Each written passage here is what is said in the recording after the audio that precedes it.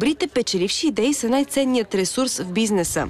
Затова големите компании влагат милиони в това да осигурят креативна среда за своите работници.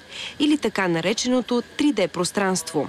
У нас това все още звучи като научна фантастика. Не и за няколко родни интериорни дизайнера. Ето какво могат да направят те, ако имат за отправна точка един офис стол, а за задача да накарат хората в офиса да родят най-добрите си идеи. Затова ми дойде идеята да направя люк, защото така хем сядат или двама или четирима човека да разговарят, хем ги предизвиквам да отидат в детството си едва ли не, да се заиграят и това би било най-добрият път да бъдат креативни, според мен. Направо на плажа ни пренася друг проект. В принцип започна с това, че столът има отзад една форма, която прилича на стойка за въдица, поне на всички нас.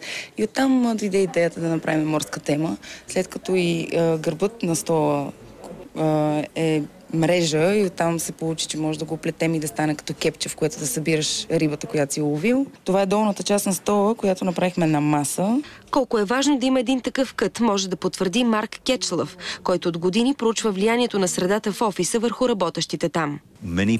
Повечето хора нямат добри идеи, когато седят зад бюрото си. Идеите им хрумват на други места, като кафенето, на дивана, там където се срещат с колегите си.